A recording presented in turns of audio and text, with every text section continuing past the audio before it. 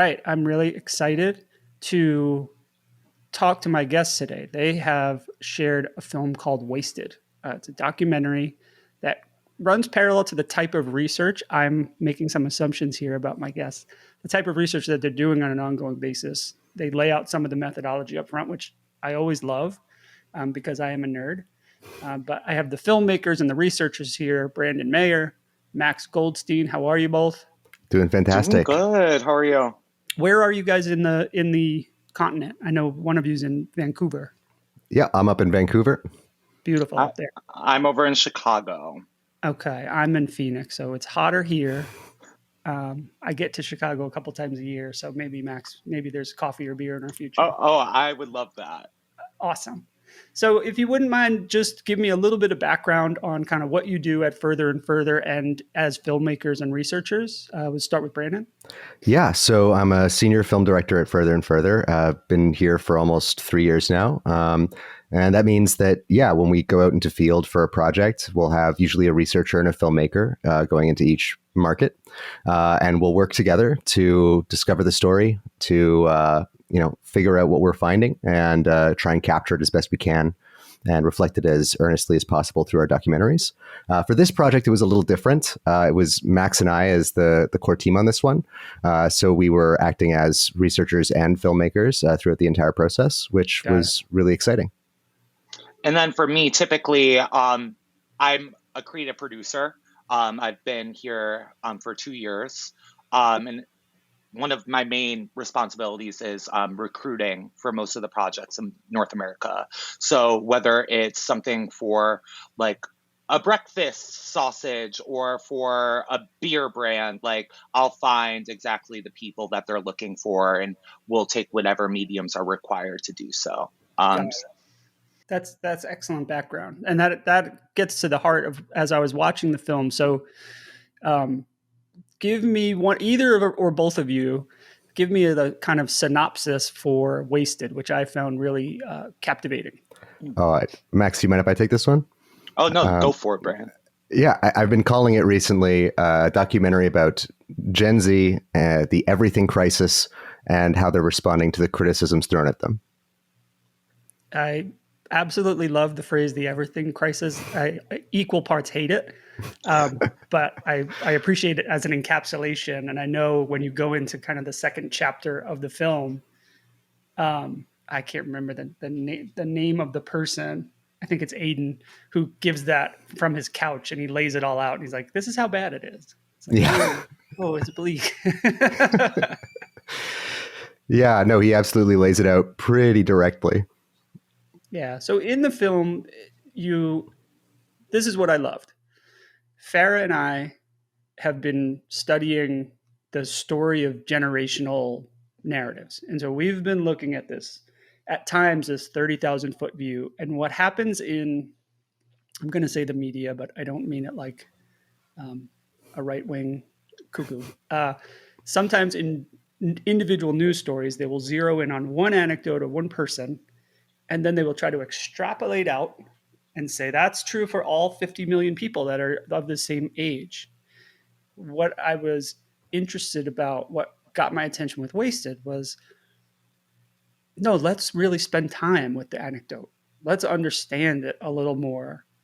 And tell me when you got this brief or you got this project, how did you get from let's make a film to that place? How long did it take you to get there? Or was that like right away, the inception point? Honestly, the brief that we got was pretty open-ended, which I think gave us a lot of agency and freedom to kind of take it in whatever direction felt organic and felt important.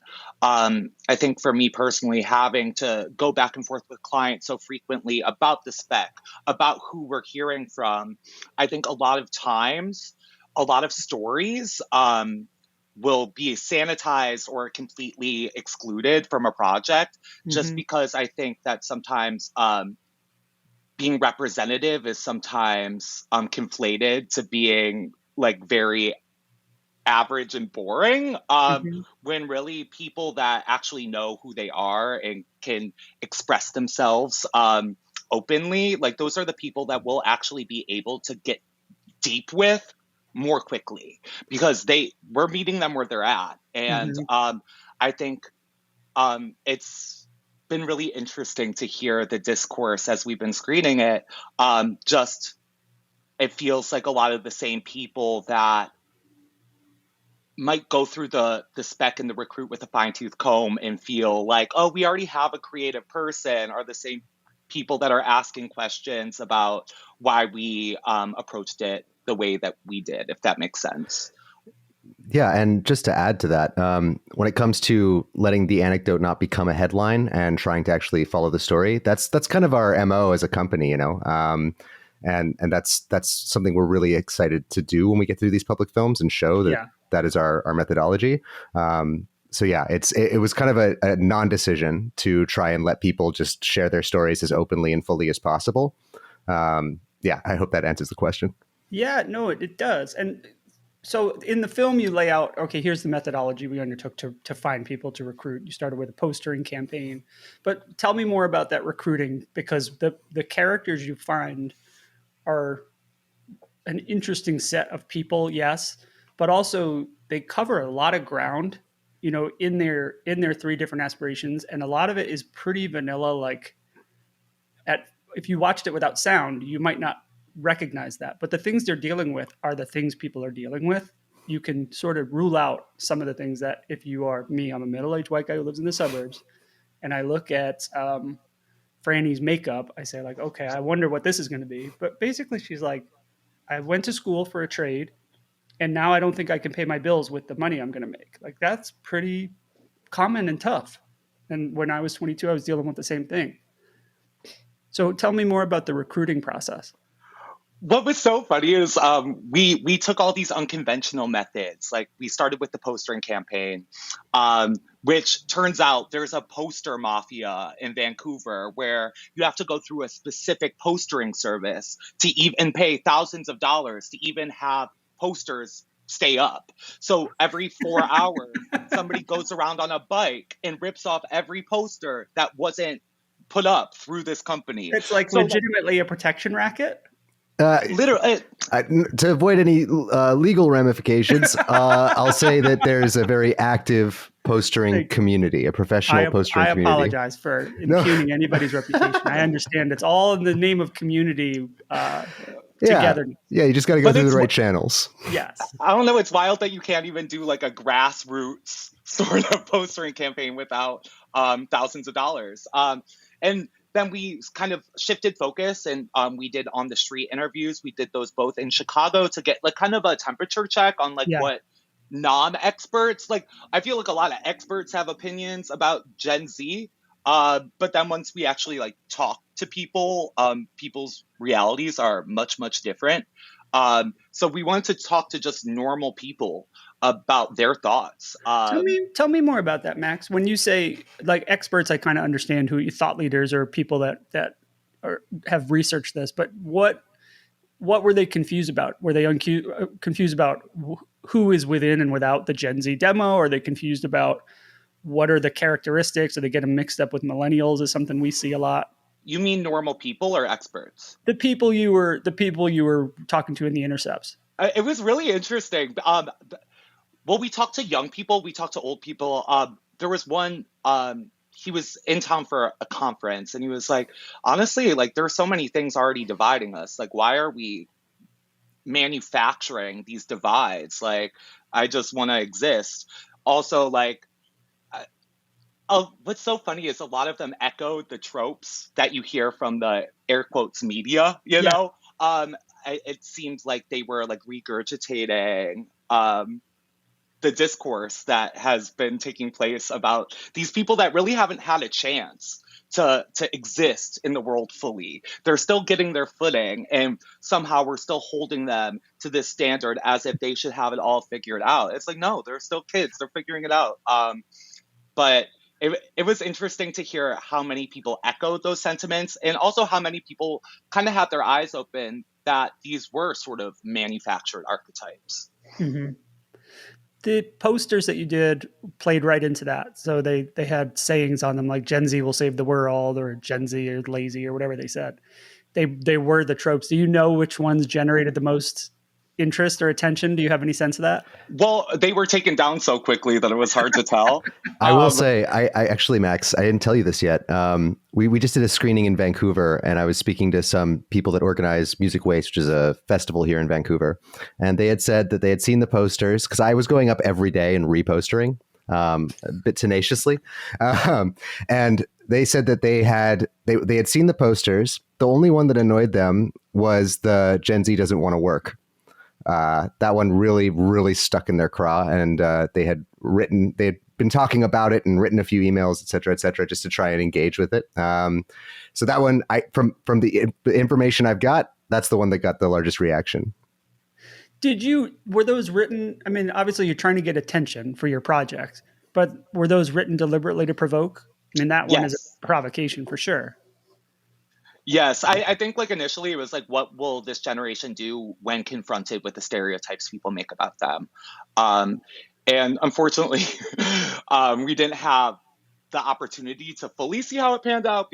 But what was so interesting about that process is because typically we wouldn't be able to do something like that when we're on like a strict deadline. I think we wanted to approach this differently from front to end, flex in ways that client work doesn't really allow us to, and just kind of,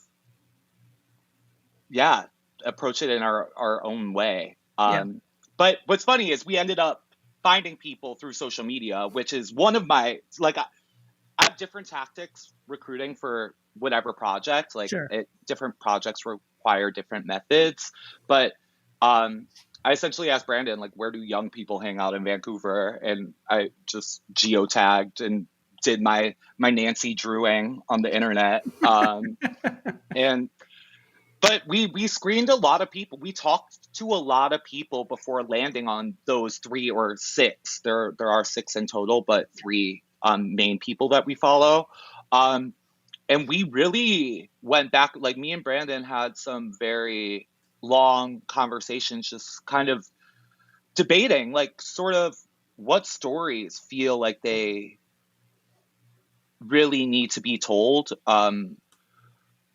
Who, like, for example, one of the people in our film, Bucky, he is an influencer type, larger than life, a queer Pakistani, like, larger than life person. Yes.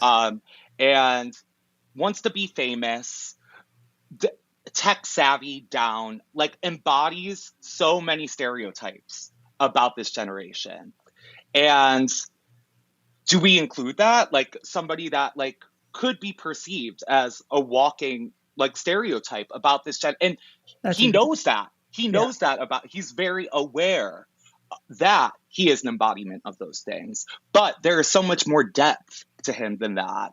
And I'm glad that, I'm honestly grateful that Ian, our CEO of Further and Further, allowed us to extend the timeline several times. We really got to spend a good amount of time with these people, and the events that unfolded in their life organically, that they allowed us to capture. It was really beautiful to see how open and honest that they were willing to be. And how much time did you? Some of the subjects get really deep. You know, the 3 main ones. It seems like you really did advance a relationship with them. That even me as a viewer, I feel like, oh, okay, I know this person pretty well. How long did it take? How many sessions did it take?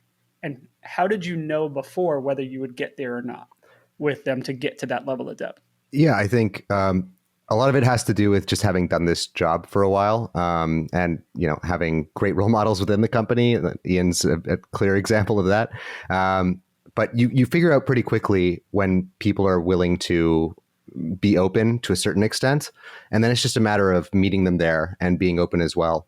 And you're able to kind of get that give and take going. For this process, I did the screening calls because I was going to be the one in field. We weren't going to be able to fly out Max every time we wanted to meet up.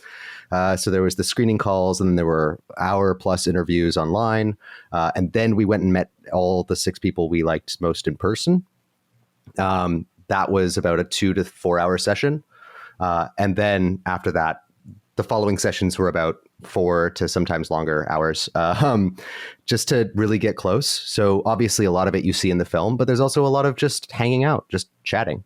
Yeah. How much time was the camera not rolling that you were spending time with those people to either get a sense of who they were? And because in the case of Bucky, because he's like a metahuman, he's so self-aware of the camera.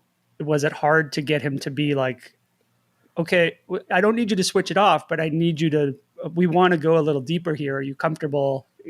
Was that a challenge or no? I'm projecting. I want to hand it off to Max, because this is actually where Max was such a huge asset throughout the process. We were chatting about Bucky specifically this exact thing that you're bringing up. And yeah, Max and I developed a system to kind of get deeper without being confrontational. Max, you can say more about it, but yeah.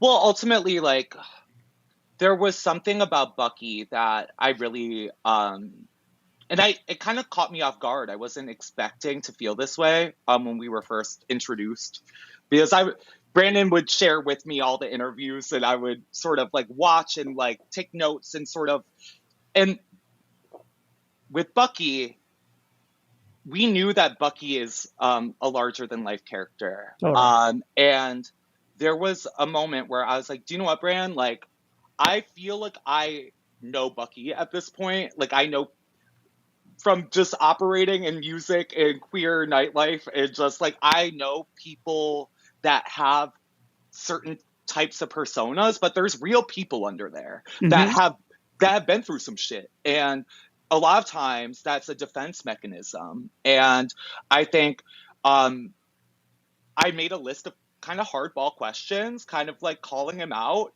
just being like, yes, like, you are this confident person, but there's more, like, what's under there. And like, and I'm really grateful to Bucky for trusting us to tell his story, because it's really, and that was part of what we were debating as we were making our selection. Who did we feel like would open up to that degree? Yeah. And Bucky was one of the people that we had our fingers crossed that we would get there. From the way you introduce him in the film, it's like, oh boy, what am I getting in? He starts right on stage, and here I am. So it was great as the film moves on for you to get into those deeper looks where he's ordering the pizza and you have his voice track, which to me is the emotional like turning point of the film where I need to talk to these guys. Oh, I appreciate that. I will say, in terms of the camera being off, there was one really powerful moment with Bucky pretty early on. The first interview in person was very much all of the persona. And at the end of it, when I turned the camera off, Bucky said, "So you're going to make me the Gen Z clown, right?" And I said, no, we're here to present you as you. And that was when the start of the relationship started to change and become more open. And it took Max's... He thought he was there to like fill a slot. He was worried. He was worried about that. And it didn't come out until after that first in-person interview that he was like earnestly concerned about... I wish you had that on camera. Yeah. But that's always the way, right? Yeah. So yeah, it's... Oh, that makes my heart hurt. It was a lot of bravery from Bucky and everyone involved to let us in, because there is all this media speculation about young people, and there is a desire to frame them in a certain way, and they're very aware of that. Let me ask that question about. I have two threads of questions, and I'm conflicted on which one to go down first. But let's stay on this topic with where we started with Bucky, because they are so media savvy, and I'm doing it too. Because people are so media savvy today and so aware. Now, Bucky is definitely the edge case at the leading edge of putting himself out there on camera as a persona. But in your regular work and in the making of this film, do you find it hard? There's a veneer you have to chip through, or an extra session you have to do on camera before they let their guard down and they're not doing their projection that they would normally do?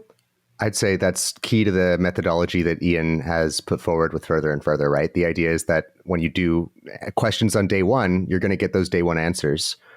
Whether it's a public facing documentary like this or a more private documentary, they know it's not going to anywhere where they'll be judged. They're still judging themselves in that first set of answers. Yeah. And it takes building that relationship to get past that self-judgment. It just does with most people. There are some people, of course, that are incredibly open and incredibly giving immediately, but most of the time people are guarded in one way or another, whether they know it or not.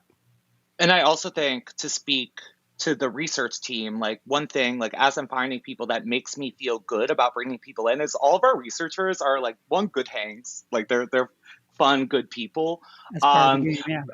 But I know that regardless of who's in field, that people will feel respected.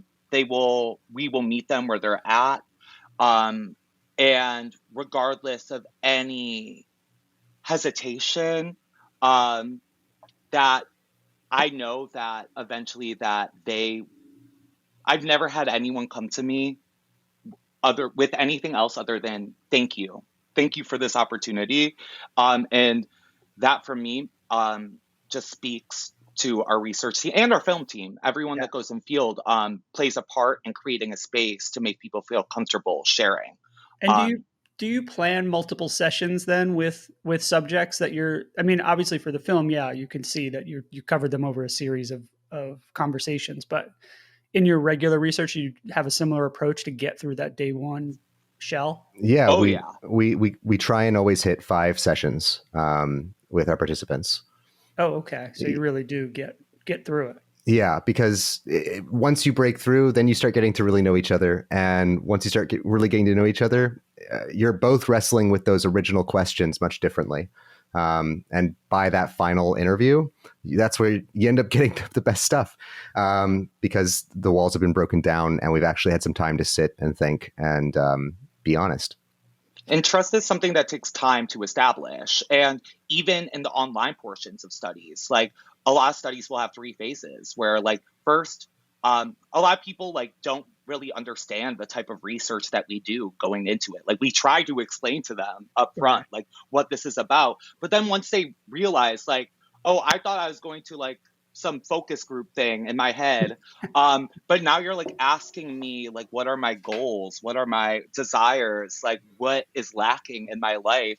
And it forces them to reflect on where they're at in their lives, which I think is cathartic to a lot of people. And then a lot of times after that, there'll be a virtual interview with a researcher where that rapport is already starting to be established before they're even in field having those 5 sessions. So and I also think that it's dependent on the person, and which is why it is helpful to have online stuff before Warm it up, we go in field, to also get a feel for who we feel will be most willing to share.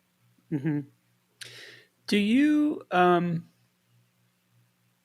think, so these are some colorful characters you found, but I don't know, do you think this is a good, reasonable representation of Gen Z as a generation, or do you feel that you were being selective on purpose to highlight,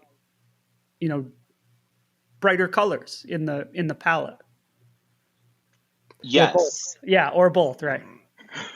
I'd say yes. I think it wasn't meant to be fully I don't think with 3 people it would be fair to put the onus on any one person to be the poster child for their generation. Yeah, that's fair.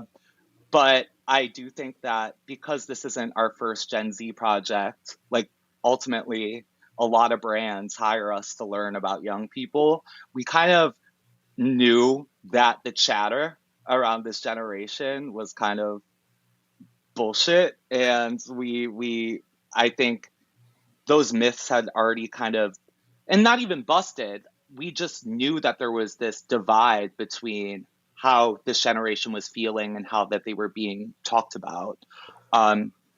And another thing that like we really have discussed and uncovered like throughout the process of working on this is that a lot of it feels like almost like a language barrier.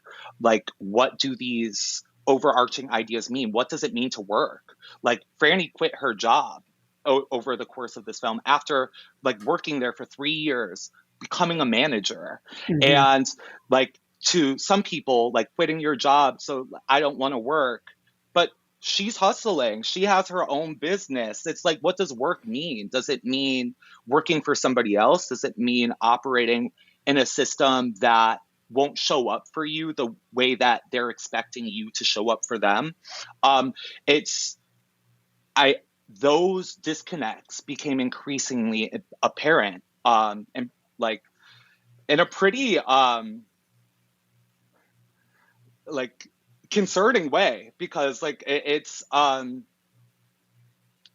what do we expect them to do if they're coming into these systems that are already perceiving them Mm-hmm. in an unsavory manner? Like it's I don't know. Yeah. It's Brand. interesting.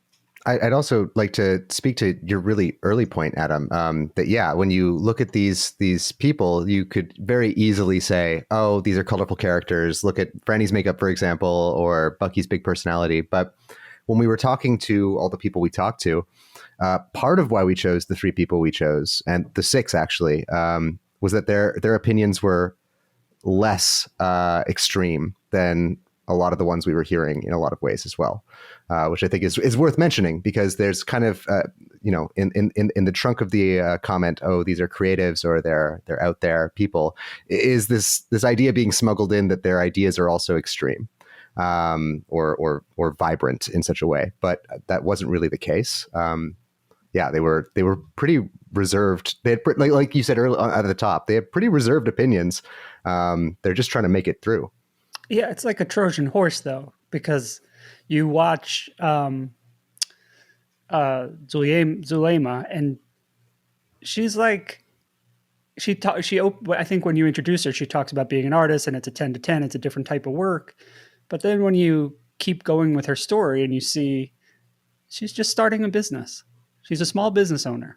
Mm-hmm. Like, it's the most American thing in the world. And her business might be a little different, but hearing the way she's building, we're putting every dollar we make, we put back in the business. It's probably most small business people can relate to that if they would just sit and listen to it. So as you're, I guess the next question, wasted is not, you didn't do it for hire. So you didn't do it for a client. Nobody paid for it, which gave you the freedom to do this. I wonder, are people then receptive to sitting down and watching it? What kind of response have you gotten to that tension that you've created, which is like, look at these colorful personalities, and then you kind of get this heartbreak from Bucky as he's explaining his point of view on youth and life later in the film. What kind of response have you gotten to the insights from it? Not the film itself, but those insights that emerge. I mean, I'll just say it's been really, really reassuring.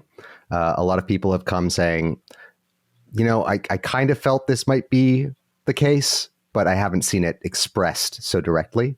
A lot of young people that have been in presentations have been brave and chimed up and said some version of, yeah, I feel all of these things, except for the part about not liking my job. I love my job. Sitting next to their boss. Yeah, exactly. But and I think Max has also presented it quite a few times. Max, do you feel like there's? I mean, the Q&A is always the most enriching part of the presentation. Sure. Just there's always somebody in the room that's like skeptical. I think what has to echo Branden's point, it's been really affirming hearing young people expressing that they feel very seen by it. Even the ones that are working corporate jobs, they still feel seen by it.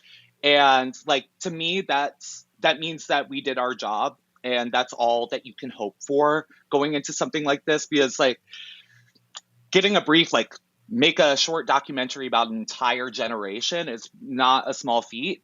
And the fact that the generation that we're speaking about identifies with the overarching themes and messages, like that's all you can hope for.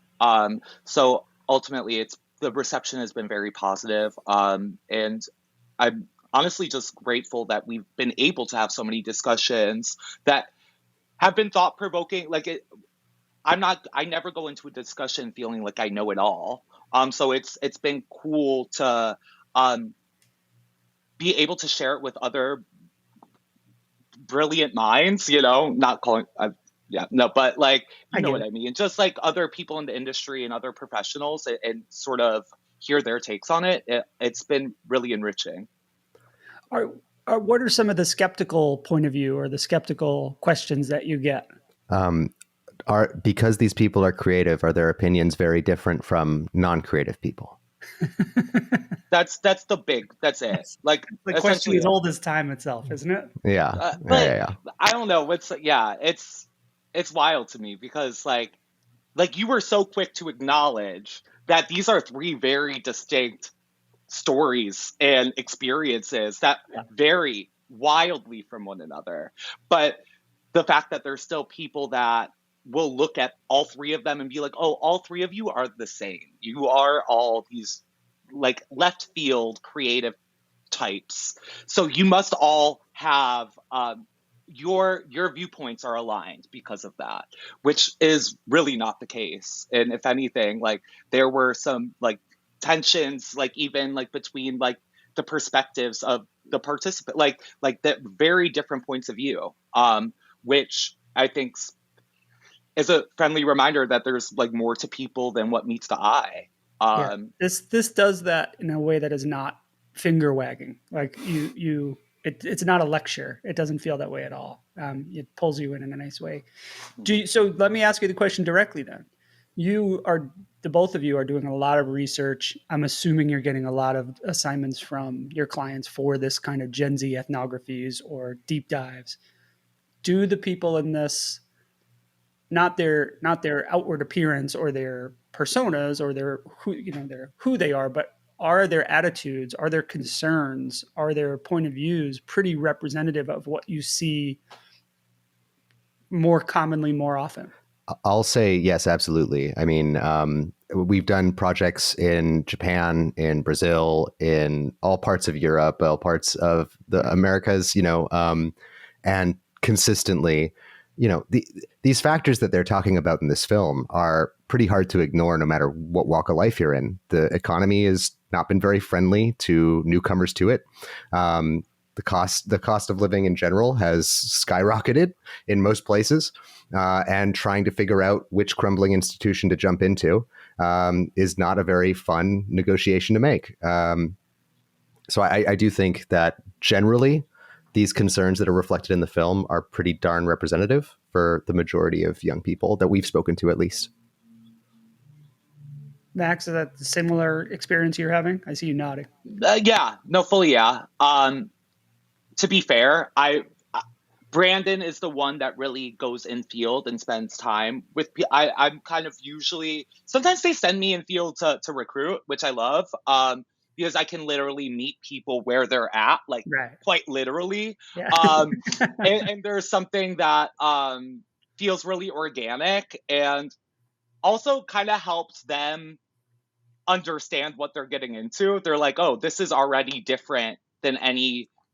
A lot of people don't have an awareness of market research, but the ones that do don't like associate it with that. Like some, I don't know, like me just bopping around like a random city, just being like, hey, actually, do you want to be in a study? I have a QR code on my lock screen, scan it, and I'll see if you qualify. Oh, that's cool. Like I don't really get, but what I will say is I do get to watch the films, and the sentiments in Wasted are pretty in line with the films that I've seen. But Branden really does spend more actual time with people than I do, so I definitely I agree with him. And Branden, when you started this project, then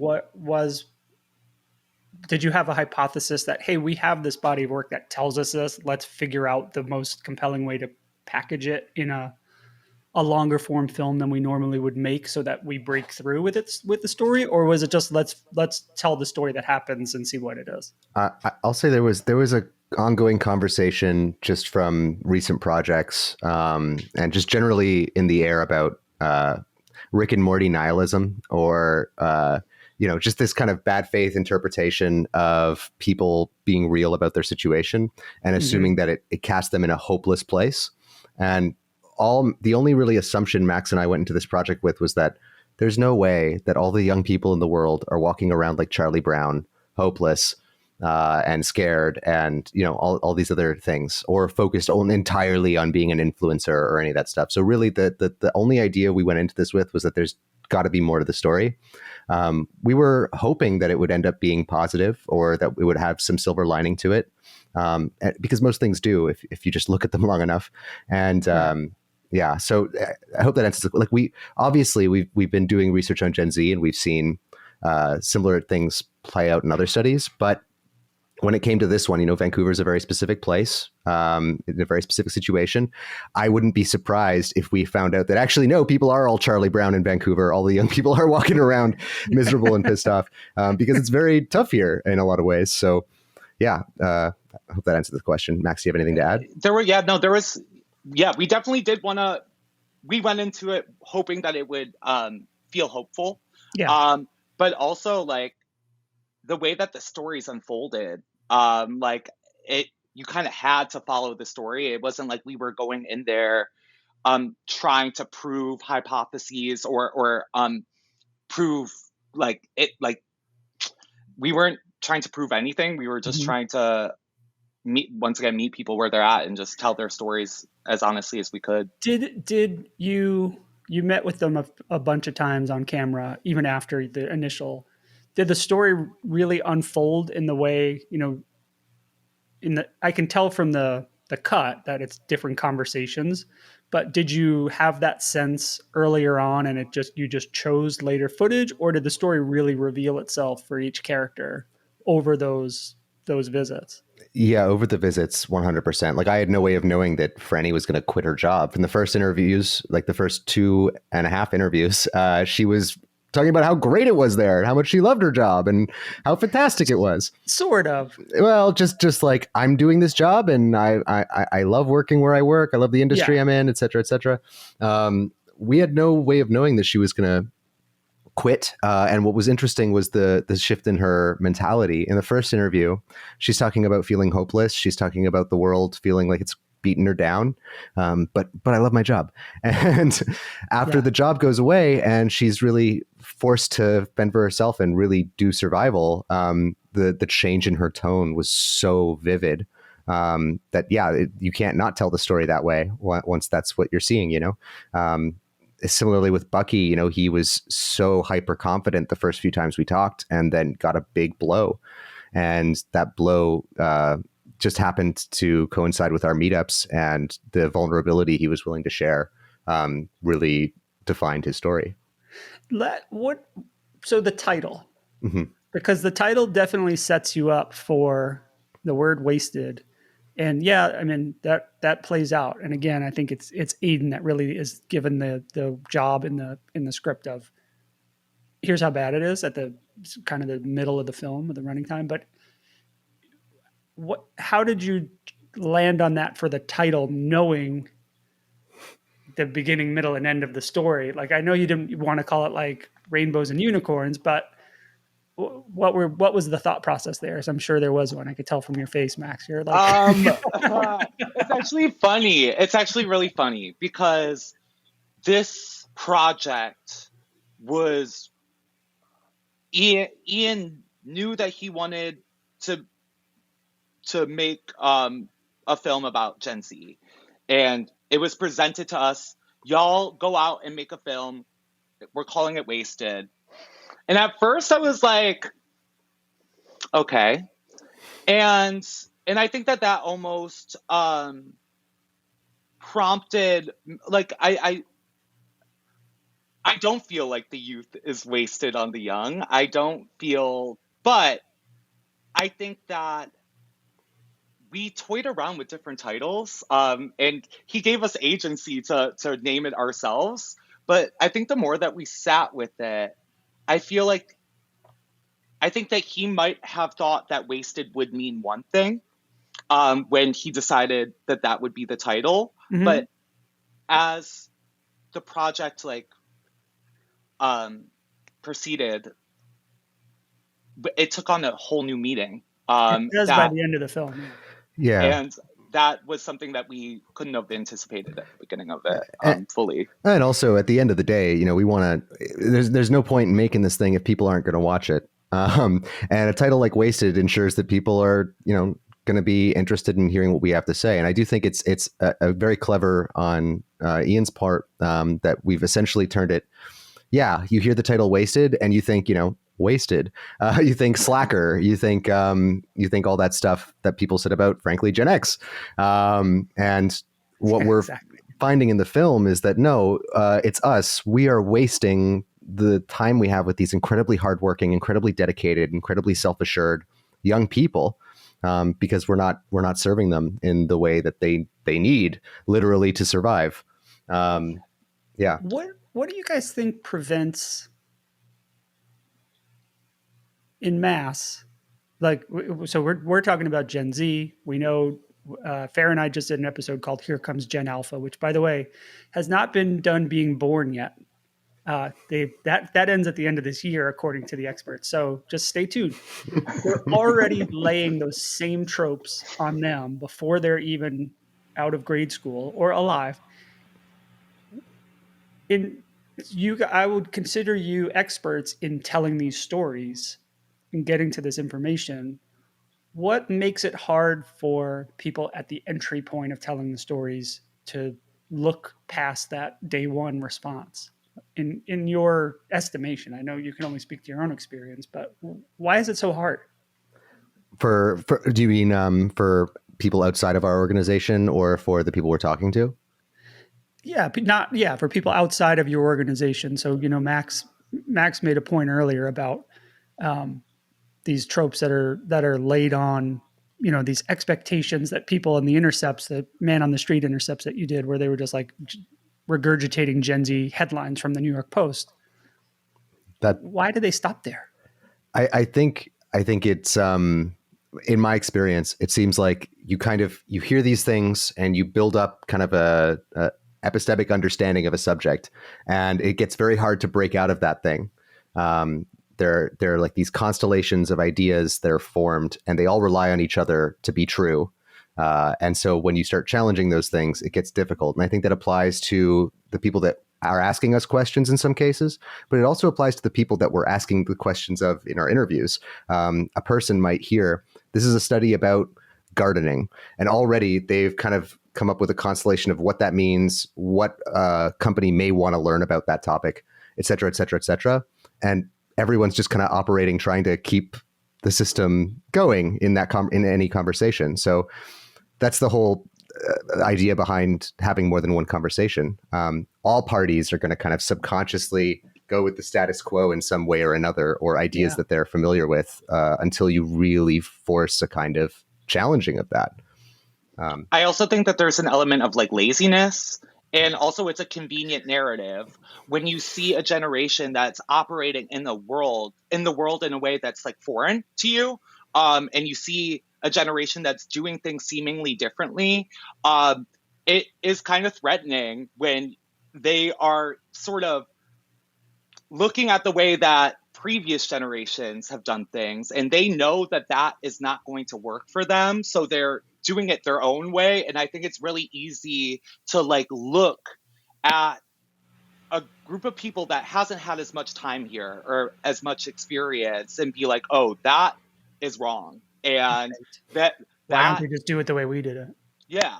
But it's because they know that those social contracts have been broken, and that going to school and even starting in an entry level job does not necessarily give you like upward mobility. Like I was told at my first agency that I ever worked at that in order to get a promotion, you have to go somewhere else. Like that is even in this industry. That exists with Franny at the vintage shop. You can make it all the way to the top in a service job and still not be able to survive. So Right. I think that like that wasn't the case for previous generations, and the way that they're moving is a response to the circumstances that they're living in. Very interesting. What was the most surprising thing you learned, either about the individuals in the film or a collective insight that kind of discovered or presented itself during the filmmaking?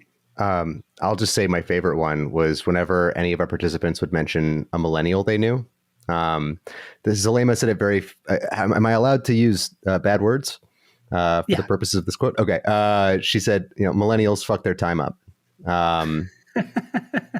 And that's for me, that's been the most bone chilling realization throughout this entire process. In fact, in this job, just talking to young people, is that these young people, by and large, the ones that I've been able to meet in these research projects, they're not wasting any time. And I think what did she mean by that?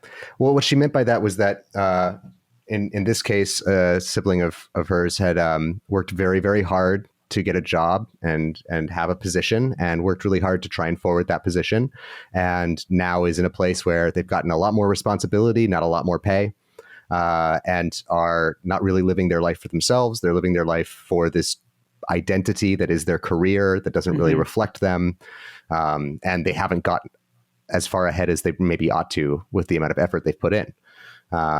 So she saw it as, actually, she put it really well, where she said, I don't want to work at a company to prove that I can talk to Nike. I want to make something that gets Nike's attention so I can talk to Nike.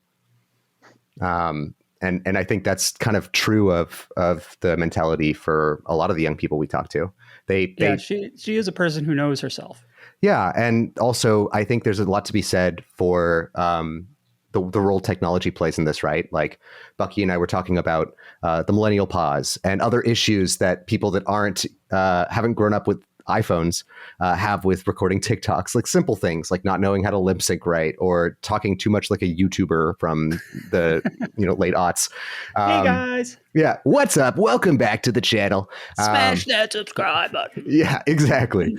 And we were talking about how the prosumer market has allowed a massive democratization of technology. Just people are able to be at that professional level so much quicker with just a little bit of time. They go to YouTube University, and now they're operating at a professional level in a lot of cases. That's interesting. I remember when the pandemic happened, and it was the first couple of weeks of it, and the Today Show went remote. And I had my phone and I was watching YouTube, and there was a guy that was like fully lit, backdrop, production music, everything was tight. He didn't miss a beat. He was still delivering his like whatever cadence of video. And then the Today Show came on, and Al Roker was in his kitchen. There was no lighting. There was like you could tell there was like an actual cameraman panning left and right in his kitchen as he moved. And I just thought, how can this be so upside down? Eventually they figured out, just send him a bunch of LED lights. This is not complicated. This is easy. We're paying this guy $1 million a day. Why don't we just light him? But it was illuminating that the producers of that show had to catch up to exactly what you're talking about. And it's hey, these are available tools. You don't have to do it this other way. You can just kind of make your own way. Yeah, it's about a system of waiting for permission. If I wanted to get access to a nice camera, I either had to have thousands of dollars on hand or work for a studio that would give me access to that camera. I remember saving for a digital camera in the late 90s, early 2000s. And now it's just like, oh no, it's like $150. You can get a pretty good one, and that's good enough. Yeah, exactly. Or this thing's not bad. I want to ask one last question, which is the opening clip of The View. How many clips did you like? You probably had your choice of someone deriding Gen Z. That one really sets the stage in a very engaging way, where Joy Behar is like, they're lazy, they should just go get jobs. And the other host is sort of pleading with her. No, I have children this age, and this is what they're dealing with, and she is just not hearing it at all. I would like to watch the rest of that conversation and see if where it goes. But why that clip? I'll let Max take this because actually Max is the one who passed me that clip. Yeah, it was so easy to find clips from like Fox News or like just from like inflammatory news sources. And I wanted to find something that felt like middle of the road. Like The View, their whole concept is like putting different people with different perspectives on the same table to discuss. Yeah. So I thought that it one showed that, well, one just it highlighted that language barrier that we were talking about. Like, even I forget who was pleading with Joy, but like she's like, no, I promise, like it's not that. But when you're not trying to listen or look beyond your own perceptions, there is no reasoning with that. You're going to believe what you believe. And also, like, if Joy Behar thinks Gen Z doesn't want to work and that's her prerogative, like, okay, like that Right. has no impact on them. You know, that's kind of a her problem. And I think that they know that, and they know that about everyone that is speaking about them. Like that's not okay. You think that, I'm still gonna do my thing over here anyway. Yeah. Oh, go ahead. Go ahead. Oh, Branden. I was just going to say, and from an editing perspective, like, yeah, we found a lot of clips. But to Max's point, we wanted to stick with something that felt more unpolitical. I know everything's political, et cetera, but in the film in general, we were trying really hard to avoid politicizing our participants. Blatant politicizing, yeah. Yeah. And we think that clip just, like Max said, hits the nail on the head in terms of the communication breakdown that's happening. I wonder if I watched the film again ahead of our conversation today, so it's really fresh in my mind. I just watched it, and the second time I watched it, and I watched that clip. What I was wondering, I thought, oh, I wonder if I go through the film if they'll call back to this at all.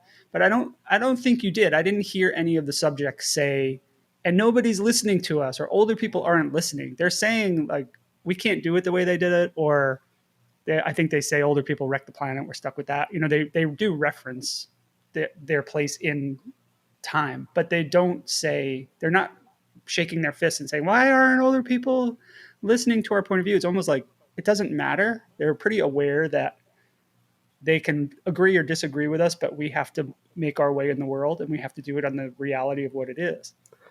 Yeah, that was very intentional. We did not want to paint a picture that continues this adversarial dialogue, because that's not really what's going on. None of the young people we talk to really, if you're not going to get paid the amount you need to get paid to make your rent, then what's the point in arguing about it? Go out and do what you have to do. And none of the people we talked to were preoccupied with how outsiders of the generation thought about them. I think it came up with Franny, and it came up with Zulema multiple times, avocado toast, and how millennials kind of became stuck in this silly conversation. No, my avocado toast is okay. I deserve it. Right. I spend my money on coffee, and I'm allowed to do that. Yeah, exactly. And that back and forth didn't really produce any results other than forcing millennials to play a game that ultimately I don't think has served a lot of us. And it seems like, at least from these people that we spoke to, and in other people we spoke to in other Gen Z projects, that they're just not going to play that game. And so we thought it was kind of, the clip kind of shows enough of the discussion itself. Get a job, but they have jobs. They have multiple jobs. Get a job. Right. Yeah. Where are you going in that conversation? It's not really a conversation at that point. Yeah, exactly. In your research, do you talk to millennials and get a sense that they kind of regret getting stuck in that self-awareness cycle of being told something and then either do I conform to this? The conversation they have with themselves and with the other generations about their place? It's come up in so many presentations. Oh, really? Yeah, yes. A lot of, I'm kind of looking back on my choices and wondering, oh, geez, I could have done that. I could have done what these people are doing. Max, sorry. Even in the screening of this, like, there's been a lot of the Q&A. Millennials get to the microphone and the question: "Can I start a business?" No, like it's giving very that. Like they're like, "Oh, I'm actually like I could take a few notes from Franny." Like, there's a quote at the end, like, "I don't need to like sell my soul to some job that I don't like just for money. Like, I want to feel fulfilled." Essentially, that was very much so paraphrasing, but like that sentiment of just like, I want to do this on my own terms, and the idea of just like agency, like, I think is so huge in this generation. Like, even the kids that are the young people that are working corporate jobs, they're doing it on their own terms. They're not, and I think that it's not that everyone's quitting their jobs and starting their own businesses, or everyone's trying to be famous on TikTok. It's no, everyone's trying to do it on their own terms. They're trying to survive and live a somewhat fulfilling life, as we all are, in a way that feels good to them. What's next for you guys? Are you making another film? I know you have client work, but are you working on a follow-up to this, or are you just still writing this? You'll be screening this through the end of the summer. The screenings are continuing, I believe, for a little while. We're going to be publicly releasing it very soon. Last night, we just did a screening in Vancouver with a lot of young people, which was really, really awesome. But in terms of the next project for Further and Further, I can't say. Obviously, it's a team choice. But I will say what my hope is. I would love to do a project on the epistemic divides within North America, but I think they're reflected globally, because I do think that these situations that we're talking about in this film and generally in the media, they are too broad to be fully politicized, even though we try so desperately to. Cost of living is the cost of living, and I think a lot of the issues facing North America or society at large, we're responding to the same stimuli. It's our solutions that are very, very different, superficially so, even if those superficial differences are very upsetting. Mm-hmm. So I would love to do a project kind of exploring people's epistemic realities and the divide between them. Nice. When is Wasted getting introduced publicly? As soon as I finish the score. Oh, so am I watching like a rough cut? You're watching the presentation cut, but some of the tracks in it still are like there's tracks that are not ready for public availability. They're placement tracks. Okay. That's really it. So I just gotta get some score figured out. Okay. I was wondering how you got the rights to all those Bright Eyes tunes. Interesting. It's interesting. Okay. Well, it sounds great so far. So I'll look forward to seeing a final cut that has your score. But get to work. I see a keyboard behind you. What are you doing? Stop talking to me. Yeah, fair enough. Thank you. Yeah. All right, Max, Branden, thank you guys so much. It was really great spending time with you. I really enjoyed the film. And when it's public, we will definitely promote it for you.